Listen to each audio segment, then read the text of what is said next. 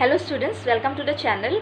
This is Anamika Talukdar and today I am here with another part of business studies where I am going to discuss about the meaning of economic activities and non-economic activities, meaning of business, profession and employment, and differences of economic and non-economic activities, as well as the differences of business, profession and employment. So I am starting with a simple meaning of economic activities. Activities from where we can earn money by giving goods and services to the customers in the market. Those activities are said as economic activities. Say for example, a doctor gives service to the patients, and by that a doctor earns money, takes money from the patients. So where we can see that the activity is done by giving services to the patients. So the patients are getting the services and patients in return giving money for the services provided by the doctor. So this activity is said as economic activity. So the opposite one will be non-economic activity. That means the activities from where we cannot earn money, though we provide goods or services for our personal uses, for our personal satisfaction, for our personal consumption, and that's why here we cannot earn money, and that's why these activities are said as non-economic activities. Say for example, we are doing gardening at our home, or sometime we also produce something for our own family's consumption, and those we do not sell it in the market for the money, and by providing these services to our family we do not take money, and these activities are said as non-economic activities. So as simple as that. Now I am going to discuss the distinction between economic activities and non-economic activities. So it's very simple. At first it's the meaning. Meaning is the activities from where we can earn money by giving services to people. That is economic. And where money is not earned, that is non-economic. Done. Point number 2 is motive. So our motive is to, by doing or earning money, our motive is to generate the income. Because money when we earn, that is only our income. So generating income is the motive of economic activity.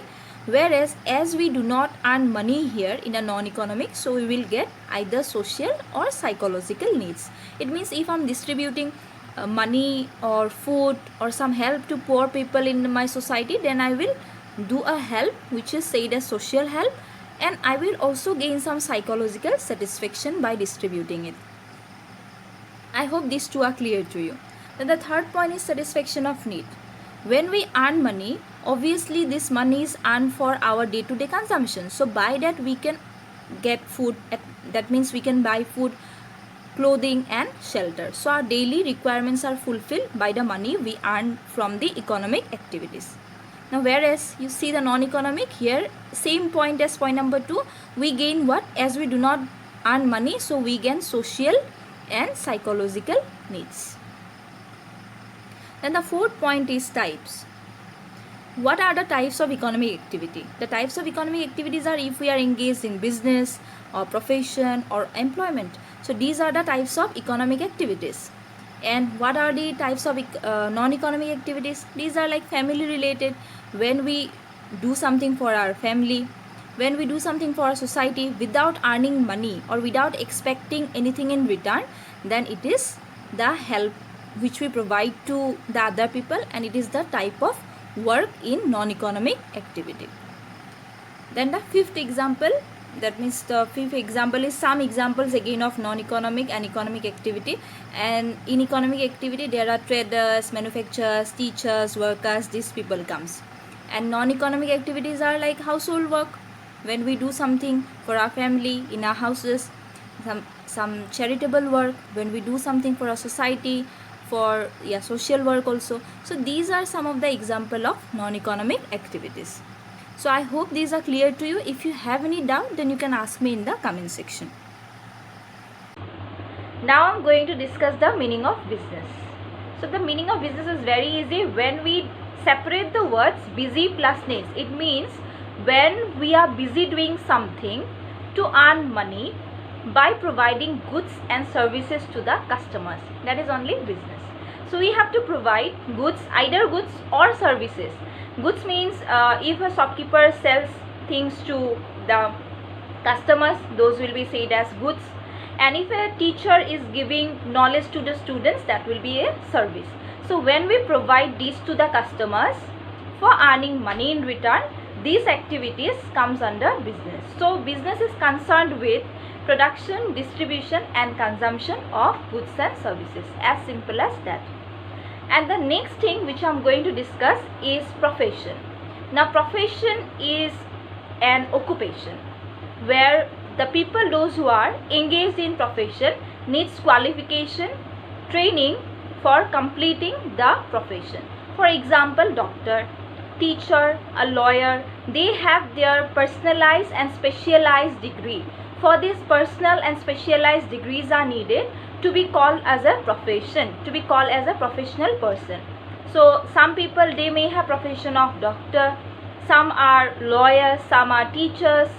So these people are engaged in one occupation, and by giving services under that occupation, they can earn a fee.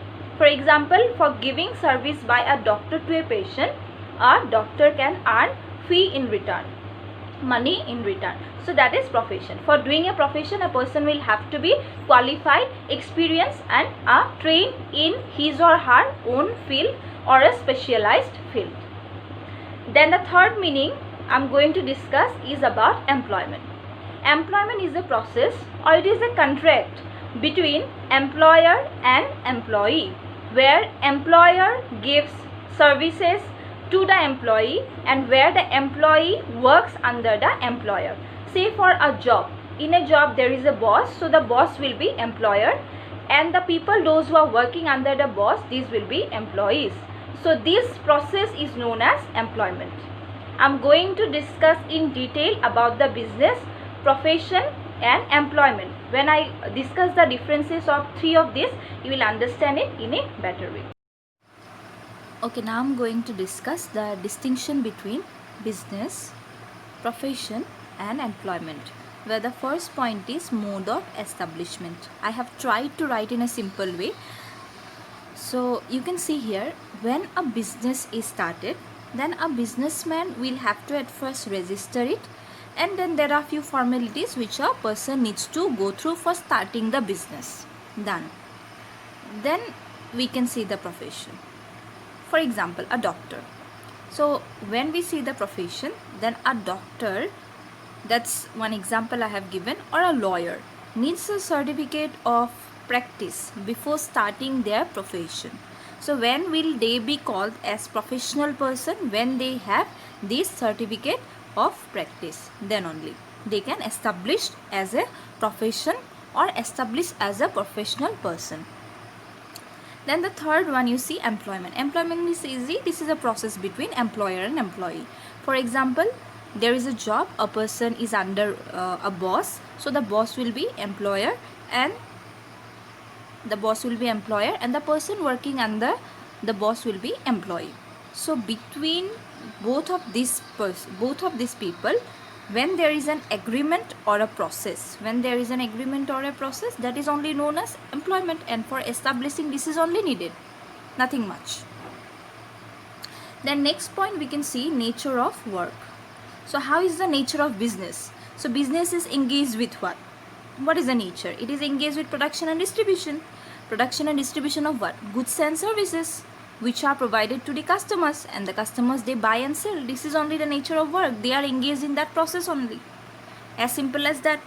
Then if we see the next one, that is profession. For becoming a professional person, specialized and personalized trainings are required. Like a doctor needs a specialized training for becoming a doctor, like a lawyer also. So these are some examples that they need specialized and personalized services, and their nature of work is that only.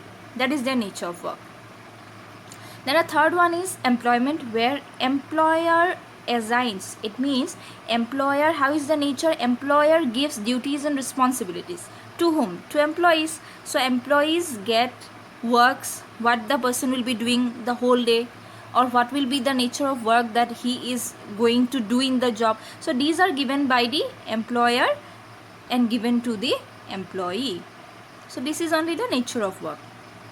Then see the third one. Third one is the motive. So business, it's very easy. Before only I say the motive of business is to what? By producing goods and services, its motive is to earn profit, and by earning profit they can carry on their business in a proper way. But for profit earning, what they have to do, they have to give services to the customer, they have to satisfy the customers. So that is the motive of business. Second motive of profession, we see that motive of profession, like take the example of doctor. A doctor will have to what? Render service. The doctor will have to see the patients for earning income. So when the patients are seen, then the patients, they give the doctors a fee, which is called a fee or income. So that is their motive. They also will have to render services for earning income or money. Third one is employment. In employment, as I say, that a person works under another person. So employer gives salary or wages to the employee. So employee receives salary or wages. That is their motive of work. Fourth one is qualification. What is the qualification required for businessman, professional and employment? So here no formal education is required. As we know, business can be done by anyone, but a knowledge of market is required. So for that, formal education is not necessary. But here, to be a professional person, a doctor, a lawyer or teacher, they will have to have formal education. They will have to have their personalized and specialized education in their own field. Then employment, if you see, employment also, there is no like compulsory formal education, but a job will demand some educational qualificational requirements. According to that, if a person is suitable, then the person is employed. For example, for a job, if there is a job which demands like people completing their graduation, so that will be the requirement by the job requirement is graduation, so the graduates can apply for that job. Capital, and capital varies from business, profession to employment. Now you can see, if we have small businesses, then the requirement of capital will be less, and capital means money and raw materials required in the business process. So if I have a small business, I will need less capital. If I have a big business, then I will need more capital. Then see the next one, profession. In the profession, limited capital is required. For example, a doctor or a lawyer, for establishing the chamber, they need just limited capital. And after opening the chamber, they will give the services to the patients and to the clients by the lawyer. So by that, they will receive the fee. And in the employment, there is no capital required, because it's just the process between employer and employee. So they do not need capital for starting any process. Then the next point is risk. In the business, risk is very high because it's uncertain. There will be profit or loss. We cannot predict the future, so the risk is very high. And comparatively, in the profession, risk is low. There is risk, but the risk is low as the fee is regular. Fee is regular, so the risk will be lower than the business. Then in the employment, there is no risk because it's an agreement between employer and employee. 7th point is transfer of interest. It means business, profession and employment can be transferred or not. Now if we talk about business, then yes, it can be transferred. It is transferable. For example, if a father wants to transfer his business to his son, then with some formalities, after filling up some formalities like registration, names, all of this, then the father can transfer his business to the son. Then if we see the profession, it cannot be transferable, because if a doctor wants to give his degrees to another general person, then it's never possible. Even if other professional, same with other professional people, they cannot give their degrees, their profession to other people. So it is never transferable.